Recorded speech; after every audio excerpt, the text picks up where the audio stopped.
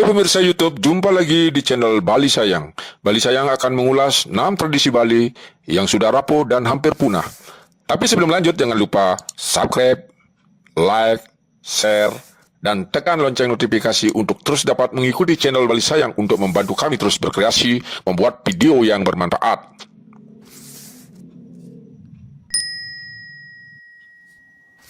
Tradisi ngoncang. Tradisi ngoncang adalah tradisi yang berada di Buleleng, Bali, merupakan tradisi kegiatan menumbuk padi dengan alu pada ketungan secara bergantian, sehingga menimbulkan irama yang harmoni dan sakral. Sayangnya tradisi ini sudah jarang ditemui. Buleleng, Bali memiliki tradisi unik yang dinamakan ngoncang. Sayangnya tradisi ini berupa kegiatan menumbuk padi tersebut makin jarang ditemui. Tradisi uncang adalah kegiatan menumbuk padi pada ketungan lesung dengan menggunakan alu batang kayu berbentuk bulat memanjang.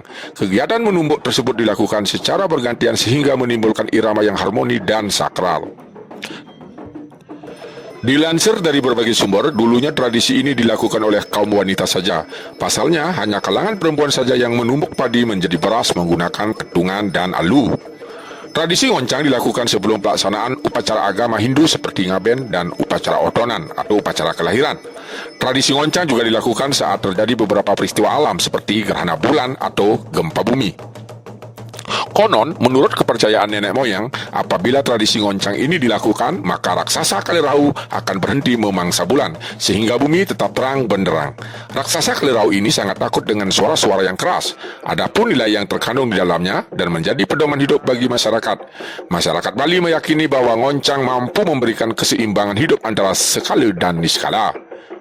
Tradisi ngoncang pun menjadi simbol kebersamaan dan keharmonisan sesuai ajaran Trihita Karana dalam agama Hindu.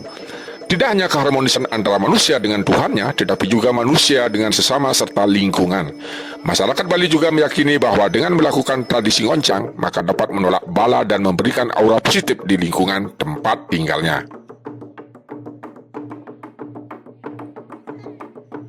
Tarian Gambuh. Gambuh adalah tarian drama tari Bali yang dianggap paling tinggi mutunya dan merupakan drama tari klasik Bali yang paling kaya akan gerak-gerak tari sehingga dianggap sebagai sumber segala jenis tari klasik Bali. Diperkirakan Gambuh ini muncul sekitar abad ke-15 yang lakonnya bersumber pada cerita Panji. Gambuh berbentuk total teater karena di dalamnya terdapat jalinan unsur seni suara, seni drama dan tari, seni rupa, seni sastra, dan lainnya. Pementasannya dalam upacara-upacara Dewa Yatnya seperti odalan, upacara manusia Yatnya seperti perkawinan keluarga bangsawan, upacara pitayannya atau ngaben, dan lain sebagainya. Diiringi dengan gamelan penggambuhan yang berlaras pelok saipitu. Tokoh-tokoh yang biasa ditampilkan adalah condong, kakan-kakan, putri, arya, kadean-kadean, panji atau pati manis, prabangsa, pati keras, demang, temenggung, turas, panasar, dan prabu. Dalam memainkan tokoh-tokoh tersebut, semua penari berdialog, umumnya bahasa Kawi, kecuali tokoh turas, panasar, dan condong yang berbahasa Bali, baik halus, madya, dan kasar. Gambuh memperoleh pengaruh dan drama tari zaman Jawa Hindu di Jawa Timur yang dikenal dengan nama Rakyat Lalaukaran. Drama tari klasik yang lahir di Puri pada masa lampau masih dilestarikan di berbagai daerah di Bali yang dulunya merupakan wilayah kekuasaan kerajaan. Gambuh yang muncul sebagai drama tari istana telah berkembang sesuai dengan kehidupan masyarakat Bali yang religius. Ditemukannya lontar dharma pegambuhan dalam penelitian ini menunjukkan hubungan yang erat antara seni pertunjukan dengan kehidupan ritual keagamaannya. Lontar Dharma Pegambuhan merupakan lontar tuntunan spiritual untuk drama tari Gambuh yang berisi pertunjukan berupa mantra-mantra yang harus diketahui oleh penari maupun penabuh Gambuh. Namun pada dewasa ini, tarian Gambuh sangat jarang ditemukan karena senimannya sudah sangat langka. Di samping itu, pementasannya juga kurang menarik generasi muda masa kini karena maraknya perkembangan teknologi. Hanya beberapa desa-desa tertentu yang masih aktif dalam pementasan tarian ini seperti Desa Batuan, Gianyar, Desa Padang Aji, dan Budakling, Karangasem, Pedungan, Denpasar, Apetieh, Tabanan, Antura, dan Naga Sepaha, Buleleng.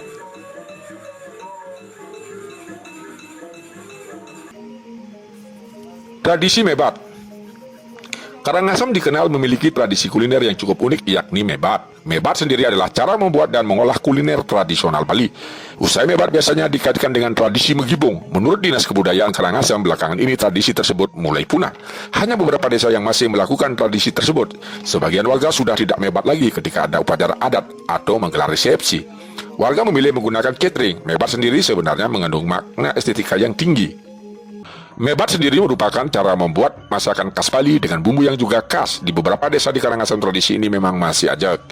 Di antaranya di Desa Pakraman Duda, Selat, Muncan dan juga di Sibetan. Di desa-desa ini, mebat biasanya dilakukan saat upacara besar seperti galungan dan ngusabe. Sehingga setiap warga masyarakat bisa mebat karena wajib melestarikan tradisi ngusabe tersebut. Karena sarana yang dipergunakan dalam ngusabe berupa ebadan atau makanan khas Bali seperti sate dan juga lawar. Selain itu, setiap orang yang memiliki karya atau kegiatan yadnya, baik manusianya maupun fitriyatnya, juga biasanya akan mebat. Ini merupakan tradisi menjamu tamu versi orang Bali.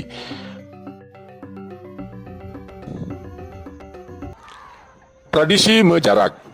Mejarak merupakan salah satu tradisi yang berada di Banjar Sebatu, Desa Sebatu, Kecamatan Tegalalang, Kabupaten Gianyar, Bali.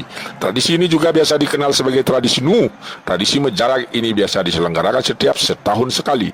Tujuan tiadakannya tradisi mejarak yakni sebagai ungkapan rasa syukur atas kesuburan yang telah diberikan oleh Ida Sang Hyang Widiwasa.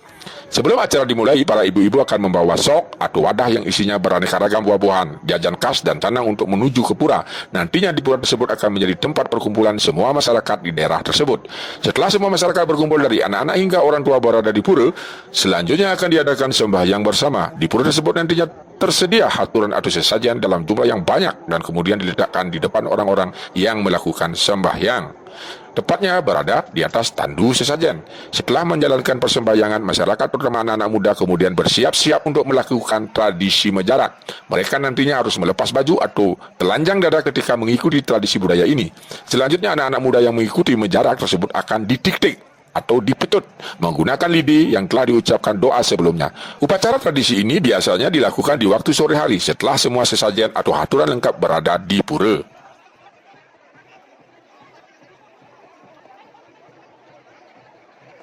Tari baris kelaras. Tari baris adalah tari Bali yang menggambarkan ketangkasan pasukan. Sebagai tarian upacara sesuai dengan namanya baris yang berasal dari kata bebaris yang dapat diartikan pasukan, maka tarian ini menggambarkan ketangkasan pasukan prajurit. Hal yang unik dari tari baris kelaras adalah iringannya dengan menggunakan musik vokal dan kostumnya. Celana, baju, dan gelungan terbuat dari pelapah pisang, dihiasi dengan sate lilit dan kekuung dari kulit babi. Awir dari kelaras, badong dan gelang kana dari urutan babi dan hiasan muka dari kapur yang dibasahi. Dahulu timbul suatu permasalahan yakni bendungan tanggul Telaga Taman Ayun mengalami jebol. Setelah diperbaiki jebol kembali, maka itulah Raja Mengui Cokorde Nyoman Mayun memohon ke hadapan Batara di puncak bukit Prengelangan.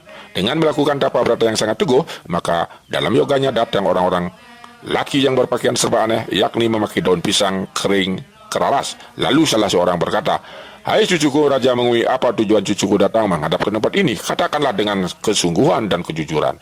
Setelah beliau sang raja menjelaskan tentang tujuan kedatangannya, maka orang tersebut memberikan petunjuk. Bendungan tanggul itu kuat tetapi belum ada dasar perdagingan sehingga terjadilah seperti sekarang ini. Nantinya ada suatu pertanda perdagingan itu akan ada dan terbukti, yakni ada manusia yang tenggelam.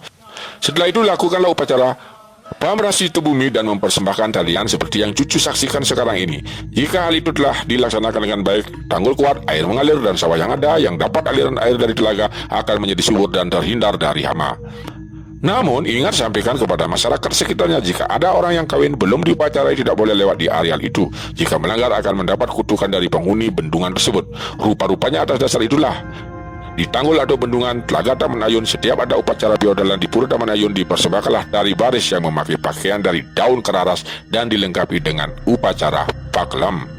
Menurut cerita yang dituturkan oleh Guru Soka dari Banjar Mengui, seorang penari topeng, sebelum dilaksanakan upacara tersebut, setiap 6 bulan ada saja yang tenggelam di Telaga Taman Ayun dan sawah yang mendapat aliran air dari Telaga Taman Ayun akan mengalami gagal panen dan diserang oleh hama. Maka itulah ada upacara Aci Tulak Tunggul di tempat itu.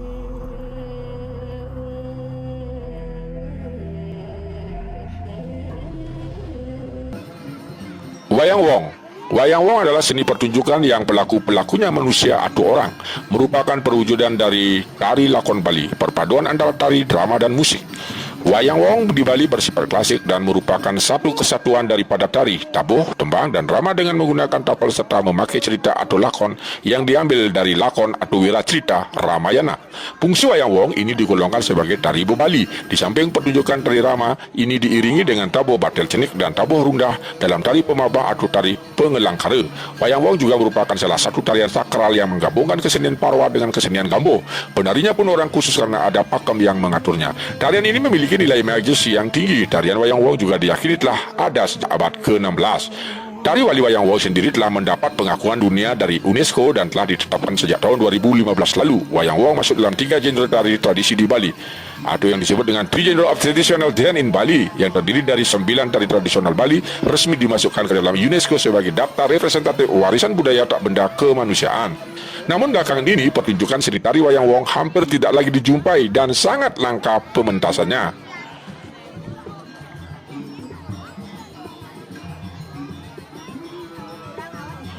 Nah, demikianlah 6 tradisi Bali yang sudah rapuh dan hampir punah.